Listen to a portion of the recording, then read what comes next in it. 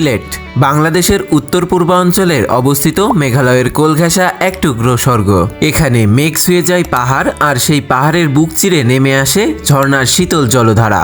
এমন এক জায়গা যেখানে শুধু চোখ নয়, মনও হারিয়ে যায় প্রকৃতির সৌন্দর্যে। আজকের এই ভিডিওতে আমি আপনাদের নিয়ে যাব সিলেটের সবচেয়ে সুন্দর কিছু জায়গায়, যেমন জাফলং জিরো পয়েন্ট, মায়াবী ঝর্ণা, শ্রীপুর চা বাগান, শাহপরানের মাজার, লালাখাল, তামাবিল বর্ডার, খাসিয়াপল্লী এবং বিছানাকান্দি। সাথে থাকছে ঢাকা থেকে সিলেট যাওয়ার সহজ উপায়, কোথায় খাবেন, কিভাবে বাইক বা সিএনজি ভাড়া করবেন এবং পুরো ট্রিপের খুঁটিনাটি বিস্তারিত।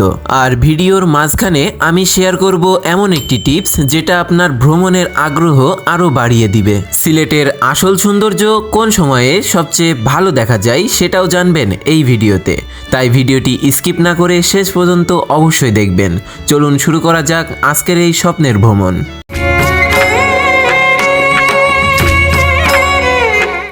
আজ আমরা যাত্রা শুরু করছি রাজধানী ঢাকার কমলাপুর রেল স্টেশন থেকে রাত 10টার উপবন এক্সপ্রেসে সিলেটের উদ্দেশ্যে। আমরা ঠিক 10 দিন আগেই 375 টাকা দিয়ে নন এসি টিকিট কেটে রেখেছিলাম, কারণ এই রুটে টিকিট পাওয়া আর চাঁদের দেশে গিয়ে ক্যাম্পিং করা প্রায় একই কথা। যেহেতু আমাদের টিকিট আগে থেকেই অনলাইনে কাটা ছিল, তাই কোনো ঝামেলা ছাড়াই আমরা রাত 9:50 দিকে স্টেশনে ঢুকে পড়ি। তারপর স্ক্রিন দেখে সহজেই প্ল্যাটফর্ম খুঁজে নিয়ে একদম স্মুথভাবে উঠে পড়ি আমাদের উপবন এক্সপ্রেস ট্রেনে। আর আপনি যদি এখনো অনলাইনে টিকিট কাটতে একটু কনফিউজ থাকেন, তাহলে আমাদের চ্যানেলে টিকিট কাটার পুরো প্রসেস নিয়ে একটা ডিটেলস ভিডিও আছে, চাইলে দেখে নিতে পারেন, অনেক হেল্পফুল হবে। উপবন এক্সপ্রেস ঢাকা থেকে সিলেট রুটে একটি জনপ্রিয় ট্রেন। এটি ঢাকা থেকে রাত 10টায় ছাড়ে এবং ভোর 5টার দিকে সিলেটে পৌঁছে যায়। রাত্রের যাত্রা হওয়ায় বেশ আরাম করে ঘুমানো যায়। মাঝে 10 থেকে 11টি স্টেশনের যাত্রা বিরতি দিয়ে ট্রেনটি ঠিক ভোর 5:10 সিলেট পৌঁছে যায়। স্টেশনে নেমে আমরা ওভারব্রিজ দিয়ে প্ল্যাটফর্ম পার হলাম। টিকিট চেকিং শেষ করে বের হলাম বাইরে। বের হয়েই পেলাম আমাদের লাক্সারি ট্রাভেল বাস, মানে আমাদের ভাষায় লেগুনা। জনপ্রতি মাত্র 30 টাকা ভাড়া। একটু দামাদামি করেই আমরা রওনা দিলাম সিলেটের মাজার গেট অর্থাৎ দরগা গেটের উদ্দেশ্যে।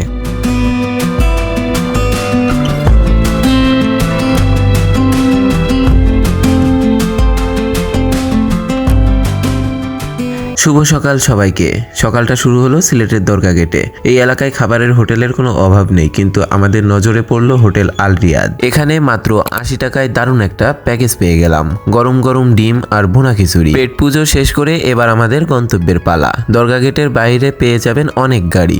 আমরা আমাদের সারাদিনের সফরের জন্য অর্থাৎ জাফলং রুটের সব কয়টি স্পট ঘোরার জন্য 3000 টাকায় একটি লেগুনা রিজার্ভ করে নিলাম। অবশ্য এখানে বার্গেটিং করতে হয়েছিল। শুরু হলো আমাদের কাঙ্ক্ষিত যাত্রা। দরগা গেটকে পেছনে ফেলে আমাদের লেগুনা এখন ছুটছে সবুজের টানে। সামনে অপেক্ষা করছে পাহাড়, নদী আর অজানাকে দেখার রোমান্স। আমাদের ড্রাইভার জানালেন আজকের সফরের প্রথম গন্তব্য হযরত শাহপরানের মাজার। দরগা গেট থেকে অর্থাৎ শাহজালালের মাজার থেকে এর দূরত্ব প্রায় 10 কিলোমিটার। শহরের ব্যস্ততা কাটিয়ে এই পথটুকু যেতে আমাদের সময় লাগবে আনুমানিক 20 থেকে 25 মিনিট। রাস্তার দুই পাশের দৃশ্য দেখতে দেখতে আমরা পৌঁছে গেলাম আমাদের প্রথম গন্তব্য পবিত্র শাহপরানের মাজারে। লেগুনা থেকে নামতেই এক অদ্ভুত প্রশান্তি আমাদের চারপাশে ঘিরে ধরল। সিলেট শহরের পূর্ব দিকে খাদিমনগরের এই টিলার উপরে চিরনিদ্রায় শহীদ আছেন হযরত শাহপরান রাদিয়াল্লাহু তাআলা আনহু। তিনি ছিলেন অলিকুল শিরোমণি হযরত শাহজালালের ভাগ্নে এবং অন্যতম প্রিয় সঙ্গী। মোগল আমলের নির্মিত এই উঁচু সিঁড়িগুলো বেয়ে উপরে উঠলেই পাওয়া যায় এক অপাধার্থিক প্রশান্তি। লোকমুখে জানা যায় শাহপরানের অলৌকিক ক্ষমতা বা কেরামতের কথা যখন ছড়িয়ে পড়ে, তখন মামা শাহজালালের নির্দেশে তিনি এই নির্জন খাদিমনগর এলাকায় এসে বসতি স্থাপন করেন এবং জীবনের শেষ সময় পর্যন্ত তিনি এখানেই ইসলাম প্রচার করেছেন। এই মাজারকে ঘিরে রয়েছে এক চমক ইতিহাস। কথিত আছে একবার অলৌকিক উপায়ে তিনি মৃত কবুতরের পাখা থেকে জীবন্ত কবুতর উড়িয়ে দিয়েছিলেন, যা দেখে হযরত শাহজালাল তার অর্ধাধিক শক্তি দেখে মুগ্ধ হন। পুরো মাজার প্রাঙ্গণে আছে মোগল স্থাপত্যের ইমারতের 3টি গম্বুজ বিশিষ্ট মসজিদ এবং টলটলে পানিতে ভরা পুকুর। শত শত বছর ধরে দেশ বিদেশের পর্যটকরা এখানে আসেন ইতিহাসের এই সাক্ষী হতে এবং মনের প্রশান্তি খুঁজতে। মাজার জিয়ারত আর চারপাশের প্রশান্তি মনে নিয়ে আমরা দ্রুতই লেগুনায় উঠে পড়লাম, কারণ আজ আমাদের হাতে সময় কম কিন্তু দেখার মতো জায়গা অনেক। আমাদের ড্রাইভার ভাই বেশ বন্ধু সুবল, তিনি আমাদের গাইড হিসেবেও কাজ করছেন। আমাদের পরবর্তী গন্তব্য বাংলার মালদ্বীপ খ্যাত নীলপানির নদী লালাখাল। শাহপরান মাজার থেকে লালাখালের দূরত্ব প্রায় 28 কিলোমিটার। ট্রাফিক আর রাস্তার অবস্থা ভেদে পৌঁছাতে সময় লাগবে 50 মিনিট থেকে 1 ঘন্টার মতো। লালাখালের এই পথে যেতে যেতে আপনারা দুই পাশে সারি সারি চা বাগান দেখতে পাবেন। সবুজের এই গালিচা এতটাই মায়াবী যে আমরা লোভ সামলাতে না পেরে ওখানে নেমেছিলাম। আপনারা চাইলে আমাদের মতো মাঝপথে গাড়ি থামিয়ে কিছুক্ষণ দাঁড়িয়ে এই সতেজ প্রকৃতির উপভোগ করতে পারবেন এবং ফ্রেমবন্দি করে রাখতে পারবেন চমৎকার কিছু মুহূর্ত। চা বাগানের স্নিগ্ধতা গায়ে মেখে আমরা অবশেষে পৌঁছালাম আমাদের গন্তব্যে। চোখের সামনে ভেসে উঠল বাংলার মালদ্বীপ খ্যাত লালাখাল। এখানে ঘাটে সারি সারি নৌকা বাঁধা আছে আর আমাদের সামনে বহমান সেই নীল জলরাশি। এখানকার পানির রংটা যেন আকাশকে ছুঁয়ে আনা কোনো নীল স্বপ্ন। আমরা একটি ইঞ্জিন চালিত নৌকা ভাড়া করে নিলাম। এখানে সরকারের নির্ধারিত নৌকা ভাড়া রয়েছে। একটি নৌকায় 8 জন যেতে পারবে, জনপ্রতি 100 টাকা ভাড়া। নৌকার ইঞ্জিন স্টার্ট হতেই নীল পানির চিরে আমাদের যাত্রা শুরু হলো। চারপাশে পাহাড় আর বন যেন আমাদের এই যাত্রাকে আরো রহস্যময় করে তুলল। এই নদীর নাম লালাখাল হলেও এটি মূলত সারি নদীরই একটি অংশ। ভারতের চেরাপুঞ্জি পাহাড় থেকে নেমে আসা এই নদীটি জয়ন্তপুরের বুক চিরে বয়ে গেছে। মজার ব্যাপার হলো বিখ্যাত পর্যটক ইবনে বতুতা এই পথ দিয়েই একসময় বাংলাদেশে এসেছিলেন। অনেকেই অবাক হন এই পানির নীল রং দেখে। আসলে চেরাপুঞ্জি পাহাড় থেকে আসা খনিজ উপাদান আর নদীর বালুময় তলদেশের কারণেই এই পানির কাচের মতো স্বচ্ছ আর নীল দেখায়। শীতের সময় এই নদী শান্ত রূপ যেন কোনো নীল স্বপ্নকে মনে করিয়ে দেয়। নদীটির দুই পাশে সারি সারি পাহাড়ের খাঁচে খাঁচে অসংখ্য বাঁক নিয়ে বয়ে চলা এই নদীটির প্রাকৃতিক এক অন্যান্য সৃষ্টি। তবে পাহাড় থেকে নেমে আসা অতিরিক্ত বালু আর পাথর উত্তোলনের কারণে নদীটি এখন কিছুটা হুমকির মুখে। লালাখালের সেই নীল মায়া কাটিয়ে আমরা 1 ঘন্টা পর আবার ঘাটে ফিরে এলাম। নৌকা ভাড়া চুকিয়ে এবার আমাদের পরবর্তী গন্তব্যের পালা। আমরা সবাই লেগুনায় উঠে পড়ি। ড্রাইভার ভাই আমাদের জানালেন এবারে আমাদের লক্ষ্য বিখ্যাত শ্রীপুর চা বাগান। লেগুনা চলতেই রাস্তার দৃশ্যগুলো বদলে গেল। আঁকাবাঁকা পাহাড়ি পথে এগোতে এগোতেই দূরের পাহাড়গুলো যেন কাছে চলে আসছে। চারপাশের নির্জনতা মনে এক অদ্ভুত শান্তি এনে দিল। কিছুক্ষণ চলার পর দেখতে পেলাম সিনেমার মতো এক দৃশ্য। আমরা আর দেরি না করে রাস্তার এপারে লেগুনা থামিয়ে দিলাম। লেগুনা থেকে নামার পর দেখলাম রাস্তার ঠিক ধার থেকেই শুরু হয়েছে শ্রীপুর চা বাগান, যাকে বলা হয় সবুজের গালিচা। আমরা পা বাড়ালাম সেই ঘন সবুজ বাগানের ভেতর, যেখানে কেবল চা পাতার গ্রান আর দূরে সুন্দর সুন্দর পাহাড়। সিলেটের জাফলং যাওয়ার পথে শ্রীপুর চা বাগান যেন এক লুকিয়ে থাকা রত্ন। রাস্তার ঠিক পাশ থেকেই শুরু হওয়া এই সবুজ গালিচা আপনাকে এক মুহূর্তের জন্য থমকে যেতে বাধ্য করবে। চারপাশে উঁচু নিচু টিলা, তার উপর সারি সারি চা বাগান। সবুজের এমন মিল খুব কম দেখা যায়। সবচেয়ে রোমাঞ্চকর ব্যাপার হলো এই বাগানের ঠিক ওপাশেই দাঁড়িয়ে আছে ভারতের মেঘালয়ের বড় বড় পাহাড়। মাঝে মধ্যে পাহাড়ের কোল ঘেঁষে মেঘদের আনাগোনা দেখে মনে হয় আমরা বোধহয় সিনেমার শুটিং স্পটে দাঁড়িয়ে আছি। এখানে দাঁড়ালে মনে হয় সময়টা যেন থমকে গেছে। শ্রীপুর চা বাগানের বিশেষত্ব হলো এর শান্ত পরিবেশ। জাফলংয়ের হৈহুল্লোড় পৌঁছানোর আগেই এই নিস্তবতা আপনার মন ভালো করে দেবে। আমরা রাস্তার উপর লেগুনা দাঁড় করিয়ে এই বাগানের মায়ায় হারিয়ে গেলাম। একটু সামনে গেলেই হয়তো দেখা মিলবে ছোট কোনো পাহাড়ি ঝর্ণার ধারা, যা এই বাগানের সৌন্দর্যকে বাড়িয়ে দিয়েছে বহুগুণ। এই বাগানটি একদম ভারত সীমান্তের কাছাকাছি, তাই এখান থেকে মেঘালয়ের পাহাড়গুলো খুব স্পষ্ট এবং বিশাল দেখায়। এই রাস্তাটি এবং দুপাশের বাগানের দৃশ্য অনেক বাংলাদেশি এবং বিদেশি নাটক সিনেমার শুটিং স্পট হিসেবেও ব্যবহৃত হয়েছে। যারা ছবি তুলতে ভালোবাসেন তাদের জন্য শ্রীপুর চা বাগান একদম পারফেক্ট। এখানকার আলোর খেলা আর সবুজের ব্যাকগ্রাউন্ড ছবিতে দারুণ সিনেমাটিক লুক দেয়। শ্রীপুর চা বাগানের সেই স্নিগ্ধা পেছনে ফেলে আমরা আবার লেগুনায় উঠে পড়লাম। আমাদের গাড়ি এখন ছুটছে উঁচু পাহাড়ের কোল ঘেঁষে। মাত্র 15 মিনিটের এই যাত্রাপথ আপনাকে এক মুহূর্তের জন্যও চোখের পলক ফেলতে দেবে না। কিছুক্ষণ চলার পরই আমরা পৌঁছে গেলাম ঐতিহাসিক তামাবিল বর্ডারে। এটি সিলেট জেলার গোয়াইনঘাট উপজেলায় অবস্থিত। বাংলাদেশ ও ভারতের একটি অন্যতম প্রধান স্থলবন্দর। সিলেট শহর থেকে থেকে প্রায় 58 কিলোমিটার দূরে অবস্থিত এই তামাবিল বর্ডার। এখান থেকেই ভারতের বিখ্যাত ডাউকি ব্রিজ এবং পাহাড়ের কোল ঘেঁষে পড়া ঝর্ণাগুলো স্পষ্ট দেখা যায়। এটি বাংলাদেশের অন্যতম বড় স্থলবন্দর, যা দিয়ে ভারতের 7 বোন 7 সিস্টার খ্যাত রাজ্যগুলোর সাথে ব্যবসা চলে। তামাবিল শুধু ব্যবসা কেন্দ্র নয়, পর্যটকদের জন্য এটি এক আকর্ষণের জায়গা। এখান দিয়েই পর্যটকরা ভারতের ডাউকি হয়ে শিলিং বা চেরাপুঞ্জি ভ্রমণে যায়। বর্ডারের এই কোলাহল আর বিশাল ট্রাকের সারি দেখে মনে হয় দুই দেশের বন্ধুত্ব আর বাণিজ্য যেন এই এক জায়গাতেই মিশে আছে। বর্ডারে পৌঁছাতেই চোখে পড়বে বিশাল কর্মব্যস্ততা। রাস্তার একপাশে দাঁড়িয়ে আছে শত শত ভারতীয় ট্রাকের লম্বা সিরিয়াল। রঙিন নকশা করা এই ট্রাকগুলো যেন বর্ডারের এক চিরচেনা দৃশ্য।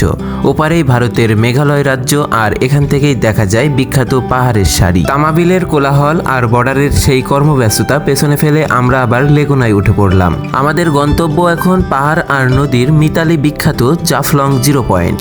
বর্ডার থেকে 0 পয়েন্টের দূরত্ব খুব বেশি নয়, মাত্র কয়েক মিনিটের পথ। তামাবিল থেকে জাফলং এর এই কয়েক মিনিটের পথ যেন কোনো রূপকথার গল্প। দুই পাশে ঘন জঙ্গল আর তার মাঝ দিয়ে বয়ে আসা এক অদ্ভুত শীতল বাতাস, যে বাতাস আপনার মন জুড়িয়ে দিবে।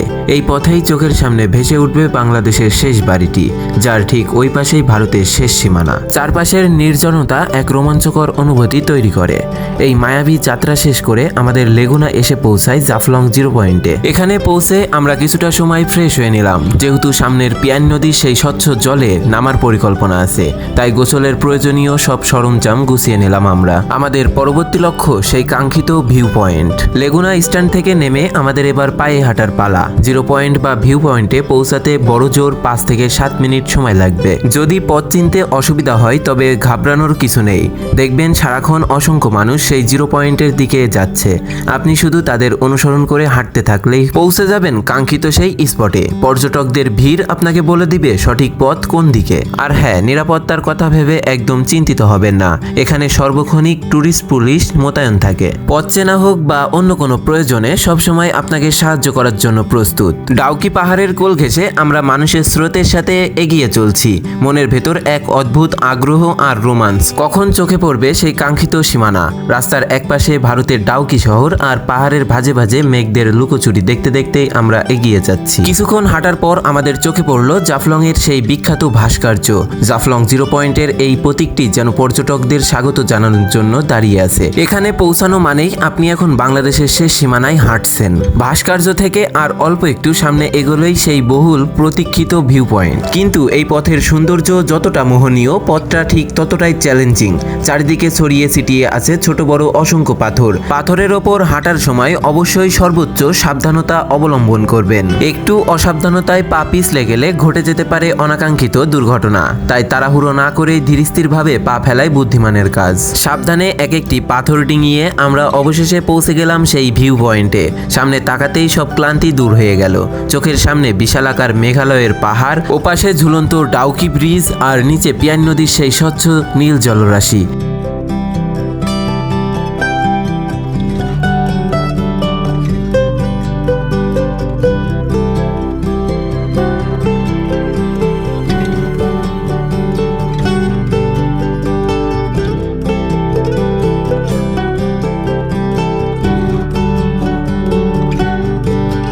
ভিউ পয়েন্টের সৌন্দর্য উপভোগ করে আমরা এখন আরো গভীরে যাওয়ার প্রস্তুতি নিচ্ছি।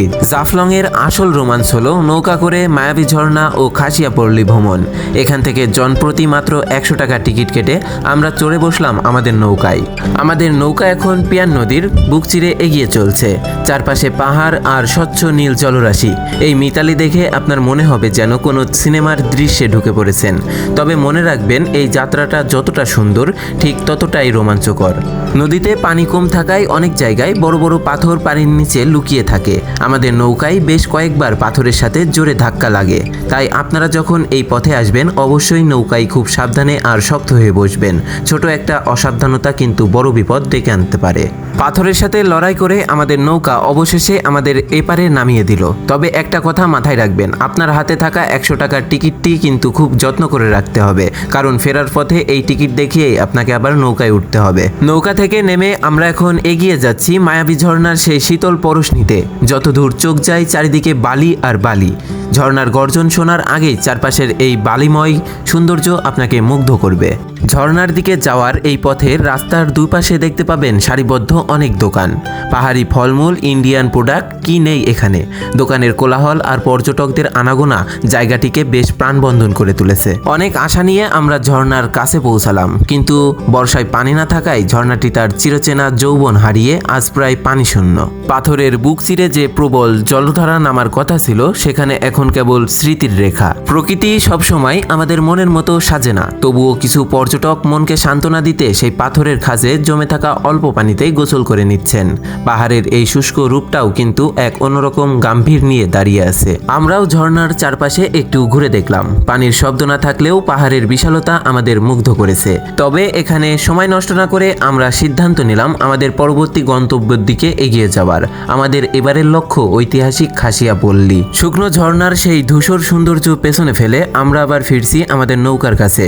ফেরার পথে চারপাশে পাহাড় আর খাসিয়া পল্লীর মায়াবী হাতছানি আমাদের ওয়েলকাম জানাচ্ছে। এই পথেই আমরা পৌঁছে গেলাম আমাদের সেই পরিচিত জায়গায়, যেখানে আমাদের নৌকাটি আমাদের নামিয়ে দিয়েছিল। নৌকা ঘাটের ঠিক ডান দিকে তাকালেই আপনার চোখে পড়বে একটি চমৎকার তরুণ এবং উপরে উঠে যাওয়ার সিঁড়ি। সিঁড়ি বেয়ে উপরে উঠতেই আমরা দেখতে পেলাম এক অন্যরকম জগৎ। খাসিয়া পল্লীর এই পথটা যেন কোনো শিল্পীর আঁকা ছবি। রাস্তার দুই পাশে সারিবদ্ধ সুপারি গাছ আর তার নিচে সবুজের চাদর বিছানো পানের বরজ। মাছ দিয়ে বয়ে গেছে এক সরু রাস্তা, যা আপনাকে প্রকৃতির একদম গভীরে নিয়ে যাবে। এখানে ঘোরার জন্য প্রচুর অটো আর মোটরসাইকেল ভাড়া পাওয়া যায়, তবে আমরা ভিতরে যাব না বলে আমরা কিছু ভাড়া নিইনি। কিছুক্ষণ এই সবুজের মায়ায় ঘুরে আমরা আবার ফিরে এলাম আমাদের সেই চেনা নৌকা ঘাটের দিকে। আসার সময় যে টিকিটটি আমরা যত্ন করে রেখেছিলাম সেটি দেখিয়ে আমরা জাফলং 0 পয়েন্টের উদ্দেশ্যে বেরিয়ে পড়ি। এই টিকিটটি ছাড়া কিন্তু ফেরার পথে আবার নতুন করে ভাড়া দিতে হবে, তাই এটা সাথে রাখা খুব জরুরি। আমাদের নৌকা এখন ঢেউয়ের সাথে যুদ্ধ করে আবার ফিরে চলছে জাফলং 0 পয়েন্টের দিকে। আমাদের নৌকা অবশেষে জাফলং এর মূল পয়েন্টের কাছাকাছি চলে এলো, কিন্তু ঢেউয়ের তোর আর পানির উচ্চতা বেড়ে যাওয়ার নৌকাটি সরাসরি পয়েন্টে ফিরতে পারলো না, তাই মাঝপথেই আমাদের নামিয়ে দিল। তবে এই পাথরের পথ আর ঢেউয়ের সাথে লড়াই করে তীরে আসাটাও ছিল এক অন্যরকম রোমান্স। যেহেতু আমরা এখানে গোসল করব, তাই নিজেদের মোবাইল ক্যামেরা আর প্রয়োজনীয় জিনিসপত্র নিরাপত্তার জন্য 60 টাকা দিয়ে একটি লকার ভাড়া করে নিলাম। পর্যটকদের জন্য এই লকার সুবিধাটি সত্যি দরকারি। জিনিসপত্র নিরাপদে রেখে আমরা এখন পুরোপুরি তৈরি। চোখের সামনে মেঘালয়ের বিশাল পাহাড় আর নিচে পিয়াইন নদীর সেই কাচের মতো স্বচ্ছ নীল পানি। এই মুহূর্তটার জন্যই আমাদের এত দূর আসা। চলুন এবার নামা যাক সেই শীতল আর পবিত্র জলধারায়।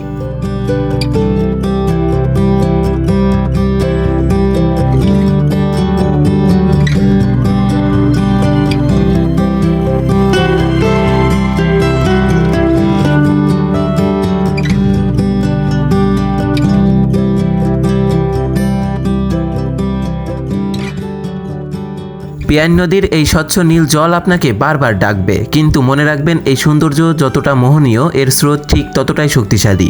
পানির নিচে লুকিয়ে আছে অসংখ্য পিচ্ছিল পাথর, তাই এখানে গোসল করার সময় অবশ্যই বাড়তি সাবধানতা অবলম্বন করবেন। একটু অসাবধানতাই কিন্তু বড় বিপদ ডেকে আনতে পারে। গোসল শেষ করে আমরা বিকেলের সেই মায়াবী আলোয় কিছুক্ষণ ঘুরে বেড়ালাম। অনেকেই হয়তো জানেন না, এই জাফলং মূলত ভারতের সিং মালভূমির পাহাড় থেকে নেমে আসা ডাউকি নদীর অববাহিকা। বর্ষায় যখন ওপাশে পাহাড়ে প্রবল বৃষ্টি হয়, তখন সেই স্রোতে বয়ে আনে বড় বড় সব পাথর আর নুড়ি। বাংলাদেশে যে 4 ধরনের কঠিন শিলা পাওয়া যায়, তার একটি বড় অংশ এখান থেকেই আসে। আর এই পাথর ঘিরেই গড়ে উঠেছে এখানকার হাজার হাজার মানুষের জীবন ও জীবিকা। পাহাড়ের ওপাশে যখন সূর্যটা হেলে পড়েছে, তখন পুরো জাফলং যেন এক শান্ত রূপ ধারণ করেছে। আমরা একটি চেয়ার নিয়ে বসে প্রকৃতির এই বিশালতা উপভোগ করছিলাম। ঠিক এই সময় আমাদের পেটের ভিতরে ক্ষুধার সিগন্যাল বাজতে থাকলো। সারাদিন ঘোরাঘুরিতে ভুলেই গিয়েছিলাম যে দুপুরে আমাদের পেটে কিছুই পড়িনি। তাই আর দেরি না করে আমরা সোজা চলে এলাম লেগুনা স্ট্যান্ডের পাশে। সেখানে মাত্র 170 টাকায় তৃপ্তিদায়ক প্যাকেজে খাওয়া দাওয়া শেষ করলাম। খাওয়া দাওয়া শেষ করে কিছুটা বিশ্রাম নিয়ে আবার রওনা হলাম সিলেট স্টেশনের উদ্দেশ্যে। ফিরতে ফিরতে প্রায় সন্ধ্যা হয়ে এলো। আমরা আগেভাগেই রাত 11:30 উপবন এক্সপ্রেসের টিকিট কেটে রেখেছিলাম, যা আমাদের ভোর 5:30 নিরাপদে ঢাকায় পৌঁছে দেবে। আমাদের এই সিলেটের রোমাঞ্চকর যাত্রা আজ এই পর্যন্তই। যারা শুরু থেকে শেষ পর্যন্ত আমাদের সাথে ছিলেন, তাদেরকে অসংখ্য ধন্যবাদ। যদি আপনাদের এই ভ্রমণ নিয়ে আরও কিছু জানার থাকে, তবে অবশ্যই কমেন্টে জানাবেন। সবাই ভালো থাকবেন, সুস্থ থাকবেন। আল্লাহ হাফেজ।